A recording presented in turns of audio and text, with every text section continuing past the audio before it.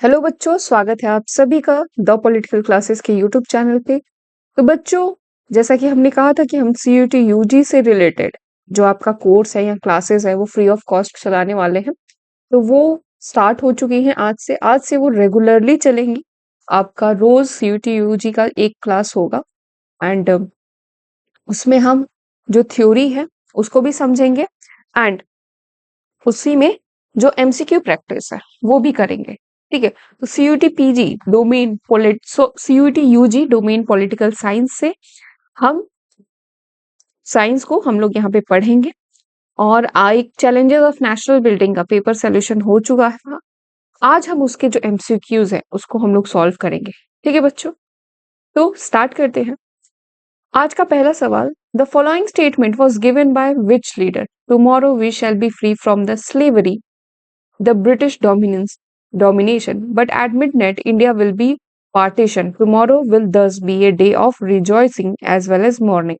निम्नलिखित कथन किस नेता द्वारा दिया गया था? कल हम ब्रिटिश प्रभुत्व की गुलामी से मुक्त होंगे, लेकिन आधी रात को भारत का विभाजन हो जाएगा। इस प्रकार कल खुशी के साथ साथ शोक का दिन भी होगा। यह स्टेटमेंट किसके द्वारा दिया गया, ये आपको बताना है। तो बच्चे, ये सवाल जो है आपका, ये आपका जब क्या कहते हैं, ये कहाँ से है और किसने दिया है, इसके बारे में जानने से पहले एक बार सोचिएगा कि ये लाइन आपने सुना कहाँ है, ये कथन आपने सबसे पहले सुना कहाँ पे है।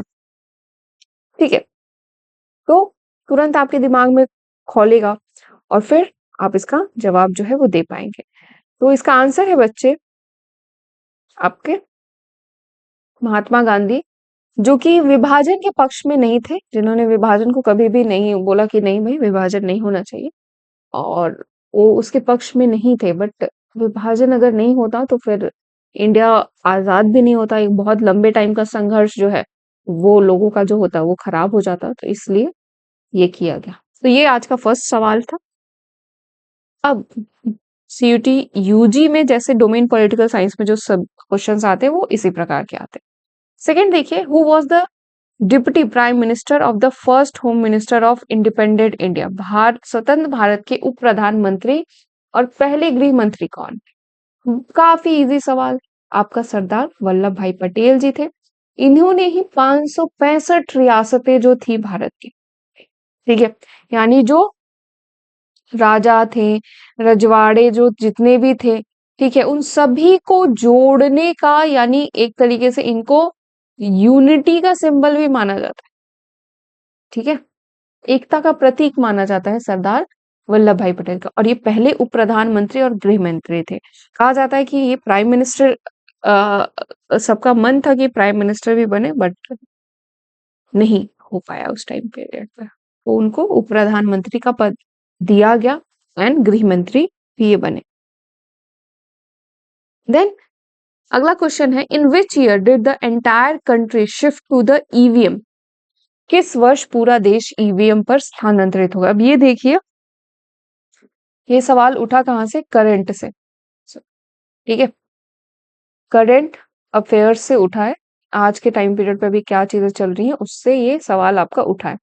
ठीक है, किस वर्ष पूरा देश ईवीएम पर स्थानांतरित हो गया? 1951, 2004, 2008 या 2019 में? ठीक है, तो इसका आंसर होगा बच्चे आपका 2004 में। ठीक है, क्योंकि आप देखोगे कि उस टाइम पे जब चैलेंजेस ऑफ नेशनल बिल्डिंग में राज्यों का पुनर्गठन आयोग भी एक बहुत बड़ा उसमें था, तो ये जो क्वेश्चन है ये वहीं से related. This logo belongs to which party? यह लोगो किस पार्टी से संबंधित है? इंडियन नेशनल कांग्रेस पार्टी, भारतीय किसान पार्टी, सोशलिस्ट पार्टी, भारतीय जनसंघ? ठीक है, तो बच्चे इंडियन नेशनल कांग्रेस जो है उससे ये संबंधित है। स्टार्टिंग में था, तो बाद में आगे चल के इसका जो है वो चेंज हो गया। नेक्स्ट क्वेश्चन देखिए, in which year was the concept of first past the post as a form of electoral system adopted in the Indian subcontinent? भारतीय उपमहाद्वीप में चुनावी प्रणाली के रूप में फर्स्ट पास द पोस्ट की अवधारणा किस वर्ष को अपनाया गया था? 1919, 1935, 1947, 1951। भाई काफी इंटरेस्टिंग सवाल है, ठीक है, क्योंकि ये आप यहाँ से आप ये समझेंगे कि भाई फर्स्ट टाइम जो चुनाव कहाँ से हुआ था और उसका मतलब अर्थ भी आप समझ पाएंगे, ठीक है। तो ये स्टार्ट हुआ था आपका 1935 में। क्यों? क्योंकि आप देखोगे first past the post system, क्योंकि फर्स्ट टाइम पे इलेक्शंस जो हो रहे थे आपके, तो उसमें ये इसको लगाया गया, ठीक है। स्वतंत्र भारत के चुनाव कब हुए? और उससे पहले भी चुनाव होते थे, उससे पहले भी चुनाव होते थे, जो पार्टियां थी वो लड़ती थी, और उन लोगों का क्या होता था, उन लोगों का एक तरीके से उन लोग की भी सरकार बनती थी, ठीक है। और वो लोग अपना वो निर्णय अपना दे सकते थे ब्रिटिशर्स के सामने कि हाँ भाई, ये रूल्स रेगुलेशन ये सभी चीजें जो है वो आपको लगानी चाहिए, ठीक है। नेक्स्ट क्वेश्चन देखते हैं। Tomorrow we shall be free from slavery of British dominance, but at midnight India will be partitioned. Tomorrow will thus be day of rejoice as well as morning. भाई ये भी, ये स्टेटमेंट तो भाई आपका फिर से क्या है, ये रिपीटेड क्वेश्चन है। आप देखिए पीवाईक्यू है, तो महात्मा गांधी 14 अगस्त 1947 को ये कहते हैं। Then next question, India and Pakistan are not in agreement over the demarcation line in Sir Creek. The line in Sir Creek exists in which state of India? ठीक है, सर क्रीक नाम से जो सीमांकन है उससे सहमत नहीं थे भारत और पाकिस्तान, क्योंकि जब भी कंट्री कोई दो कंट्रीज जब बनती है तो उनका क्या होता है, उनका बॉर्डर जो होता है, बॉर्डर डिसाइड होता है, ठीक है, डिसाइड होता है। तो किसका कौन सा बॉर्डर है, क्या रहेगा, कैसे रहेगा, तो उसका एक नाम भी कर दिया जाता है। तो ये बॉर्डर कहाँ की कौन से बॉर्डर की बात हो रही है, ठीक है, कौन से एरिया की? महाराष्ट्र, पंजाब, गुजरात, राजस्थान, ठीक है बच्चों। तो यहाँ पे देखिएगा इसका आंसर होगा गुजरात, ठीक है, क्योंकि हम जानते हैं कच्छ के साइड से हमारा जो है पाकिस्तान पश्चिमी क्षेत्र में अगर आप देखोगे तो वो जुड़ा हुआ है गुजरात से, पंजाब से, पूरा ऊपर से जुड़ा हुआ है। तो उधर की जो बाउंड्री लाइन है वो कहीं ना कहीं से इफेक्ट करती है, इसलिए ये गुजरात है। चलिए नेक्स्ट क्वेश्चन देखते हैं। निम्नलिखित शब्द किसने कहे थे? Who said the following words? हम कल ब्रिटिश प्रभुत्व की दास्ता से मुक्त हो जाएंगे, लेकिन मध्यरात्रि में भाजन का विभाजन हो जाएगा। इस प्रकार हमारे लिए कल हर्ष के साथ शोक का भी दिवस होगा, ठीक है बच्चों। ये किसका है भाई? ये तो भाई महात्मा गांधी जी का, ठीक है। नेक्स्ट क्वेश्चन देखिए। The Nizam of Hyderabad had paramilitary force which was known by what name? Hyderabad के निजाम का एक अर्ध सैनिक बल था जिसे किस नाम से जाना जाता है? रजाकार, सिपाही, पुलिस, कल्ब, ठीक है। हैदराबाद के जो निजाम साहब थे वो एक तरीके से कहा जाए तो वो भारत में मिलना नहीं चाहते थे, वो चाहते थे, अब मान लीजिए आप जब इंडिया का मैप देखेंगे तो हैदराबाद कहाँ पे स्थित है, तो हैदराबाद जहाँ पे स्थित है अगर वो एरिया पूरा हमारे इस तरफ ना हो तो कितना वो अजीब सा लगेगा, ठीक है, पूरा मैप ही खराब हो जाएगा। उनको कहा जाता था रजाकार। उन्होंने मिलिट्री फोर्सेस एकदम तैयार रखी थी, पर हमारी तरफ से भी फोर्सेस तैयार थी। In which year was the second general election? द्वितीय आम चुनाव किस वर्ष आयोजित हुआ? फर्स्ट टाइम तो हमें पता है ये पहली बार कब हुआ, ठीक है, दूसरी बार कब हुआ वो भी जानना जरूरी है। तो आपका 1957 में हुआ था, ठीक है। पहला चुनाव कब हुआ था? 1952 में, फर्स्ट इलेक्शंस जो हुए थे, ठीक है। चलिए, फर्स्ट लोकसभा के जो इलेक्शन आम चुनाव जो हुए थे वो 1952 और दूसरा आपका 1957 में। Indian national army was created by, भारतीय राष्ट्रीय सेना किसके द्वारा बनाई गई थी? Netaji Subhash Chandra Bose, Bhagat Singh, Jagdish Basu, Maulana Abul Kalam.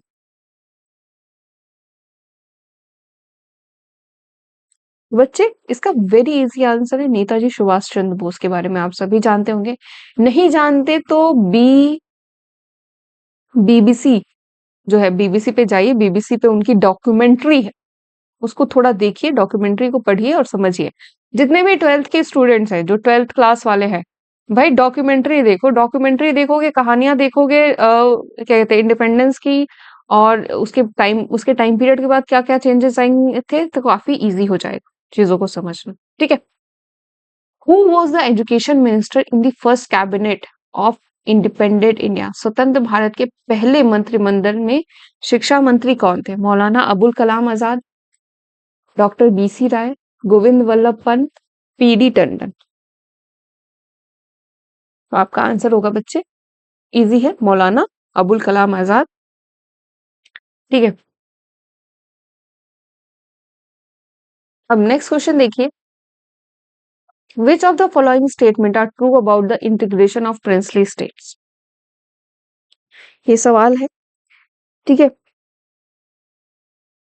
The British Indian provisions, British भारतीय प्रांत सीधे ब्रिटिश सरकार के नियंत्रण में थे। ठीक है, हैदराबाद पहला राज्य था जिसने घोषणा की कि उसने स्वतंत्रता का फैसला किया था। महात्मा गांधी ने रियासतों के शासकों के साथ बातचीत करने में ऐतिहासिक भूमिका निभाई। ब्रिटिश शासन और रियासतों के बीच के प्रतिनिधियों के बीच विलय पत्र पर हस्ताक्षर किए गए थे। जूनागढ़, हैदराबाद, कश्मीर और मणिपुर के राज्य बाकी रियासतों की तुलना में अधिक कठिन साबित हुए थे। ठीक है, तो 24 क्वेश्चन को अगर हम देखें तो बच्चे इसका आंसर सिर्फ जो है वो है आपका 2, ए एंड ई। क्यों? क्योंकि states of Junagadh, Hyderabad, Kashmir and Manipur, ये चार ऐसे प्रिंसली स्टेट्स थे जिनको जोड़ने में मतलब कि बहुत मुश्किल है। ठीक है, जूनागढ़ आपका गुजरात में है, हैदराबाद आप जानते हैं, कश्मीर जम्मू कश्मीर भी आप जानते हैं, मणिपुर कॉर्नर में है वहां पे।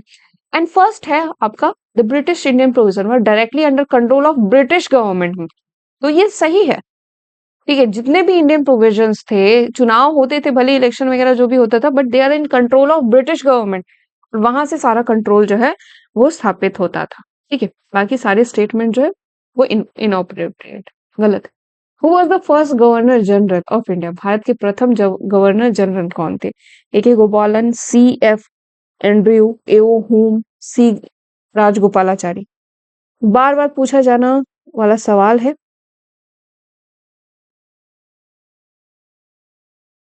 इसको ध्यान रखिए। एओ हुम को आप लोग जानते हैं?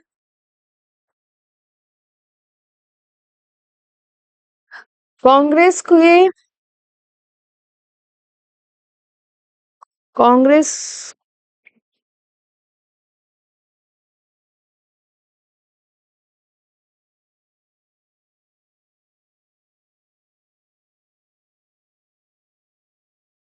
कांग्रेस जो है उसको स्थापित करने में उनका काफी बहुत बड़ा योगदान था।